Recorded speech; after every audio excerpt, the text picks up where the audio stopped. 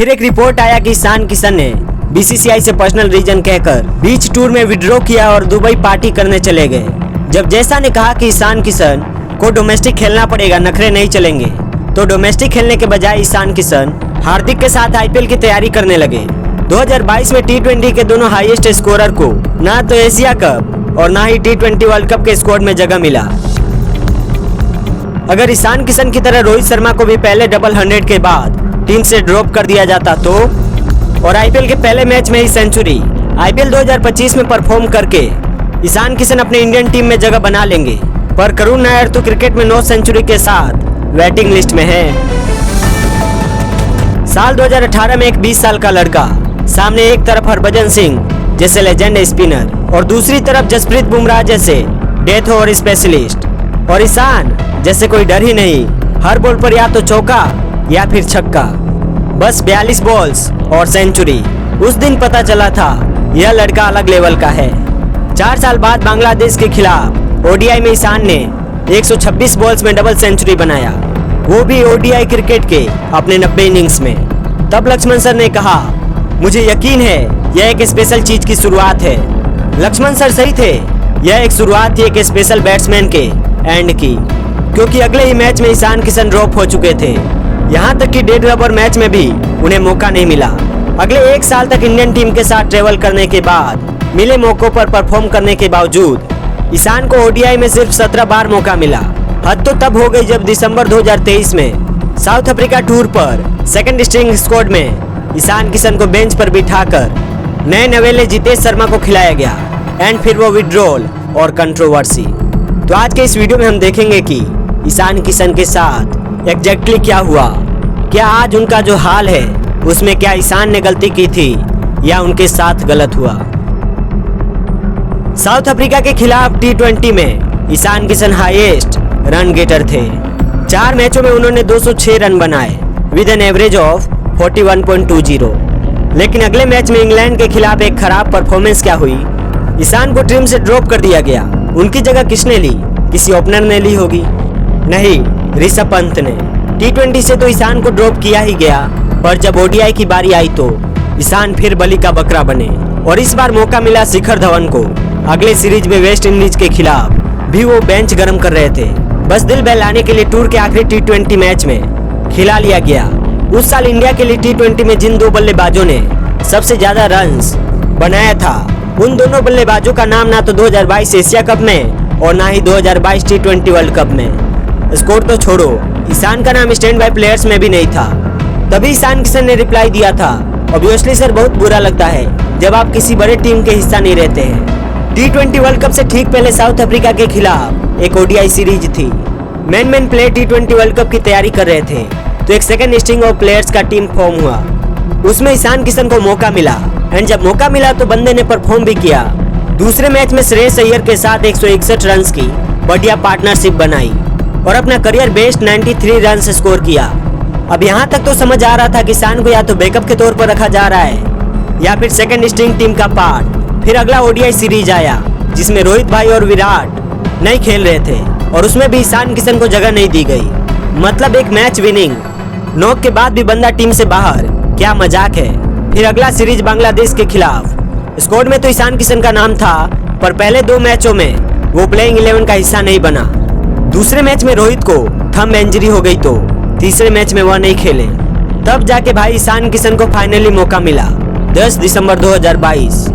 उस मैच में हमारे पॉकेट डायनेमो ईशान किशन ने ऐसे बल्लेबाजी की जैसे वो कोई स्टेटमेंट दे रहा है कि मेरा क्या वर्थ है और टीम में मुझे क्यों होना चाहिए। उस दिन ईशान ने अपना पहला ओडीआई सेंचुरी मारा और रुकने का नाम नहीं लिया और सीधा उसको डबल सेंचुरी में बदल दिया, वो भी सिर्फ 126 बॉल्स में। टोटल 131 बॉल्स खेलकर 210 रन बना दिए। 36वें ओवर में वो आउट हो गया। थोड़ी देर और टिक जाता तो भाई वो बन जाता first man of the planet to reach the 100। अब कुछ लोगों का कहना था कि ये तो डेड रबर मैच था इसलिए डबल सेंचुरी लग गई। तो यार जरा यह बताओ कि इंडियन टीम ने आज तक कितने डेड रबर मैचेस खेले हैं और उनमें से कितने बार किसी ने दोहरा शतक बनाया है। Ishan Kishan was in his prime. सबको लगा था अब तो यह बंदा टीम इंडिया का परमानेंट पार्ट बनेगा। परमानेंट पार्ट तो बना, पर बेंच पर बैठे प्लेयर्स का। अगला 3 मैच ईशान बेंच पर बैठा रहा। इससे आप एक प्लेयर को क्या मैसेज दे रहे हो कि भाई तुम 200 मारो या 300, फिर भी तुमको अगले मैच में हम खिलाएंगे, इसका कोई गारंटी नहीं है।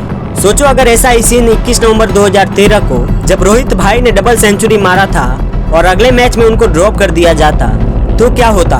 प्रेजेंट हेड कोच गौतम गंभीर का उस वक्त मानना था कि ईशान किशन को ही रोहित शर्मा के साथ पार्टनरशिप करनी चाहिए। ईशान किशन के अलावा आपको किसी और की तरफ देखना तक नहीं चाहिए। He should be given a longer run. Sri Lanka के खिलाफ ओडीआई में तो उन्हें मौका नहीं मिला, पर उसके अगले सीरीज में न्यूजीलैंड के अगेंस्ट उन्हें मौका मिला क्योंकि श्रेयस अय्यर इंजर्ड थे और ईशान ने तीनों मैचों में नंबर 4 पर बैटिंग किया, लेकिन वह कोई खास इम्पैक्ट नहीं छोड़ पाए। नोट टू फॉरगेट कि दिसंबर 2022 में जब ऋषभ पंत का एक्सीडेंट हुआ था तो ईशान किशन के पास एक बड़ा मौका था टीम में अपना जगह बनाने के लिए। ऑस्ट्रेलिया के खिलाफ टेस्ट सीरीज में ईशान का सिलेक्शन हुआ। अब यह उनके लिए बड़ा मूवमेंट था। 2023 में बॉर्डर गावस्कर ट्रॉफी में ईशान किशन टीम का हिस्सा था, लेकिन इंडियन टीम ने मौका किसको दिया? के.एस. भरत को। चारों मैचेज में बेचारा ईशान किशन बेंच गर्म कर रहा था और उसके बाद 3 ओडीआई में सिर्फ एक में चांस मिला। अब जरा गौर से देखो कि शेड्यूल कितना हेक्टिक था। ईशान ने ऑस्ट्रेलिया सीरीज के तुरंत बाद पूरा आईपीएल सीजन खेला, 2 महीने का नॉन स्टॉप ट्रेवल। अब आईपीएल खत्म भी नहीं हुआ था कि ईशान किशन का नाम WTC फाइनल के स्क्वाड में आया, वो भी केएल राहुल के रिप्लेसमेंट के तौर पर। लेजेंड बैट्समैन रिकी पॉन्टिंग ने कहा कि Ishan Kishan can be X factor for India in WTC final. Australia के लिए एक्स फैक्टर प्लेयर था ट्रेविस हेड, जिसने हमें और रोहित भाई को कितना दुख दिया है, पर हमने अपने पॉकेट डायनेमो के साथ क्या सही किया। 29 मई को आईपीएल खत्म हो गया था और 7 जून को जो WTC फाइनल शुरू हो गया उसमें भी ईशान बस पानी ही पिला रहे थे। फिर जब डोमेस्टिक क्रिकेट का टाइम आया, ईशान ने दिलीप ट्रॉफी ना खेलने का फैसला किया।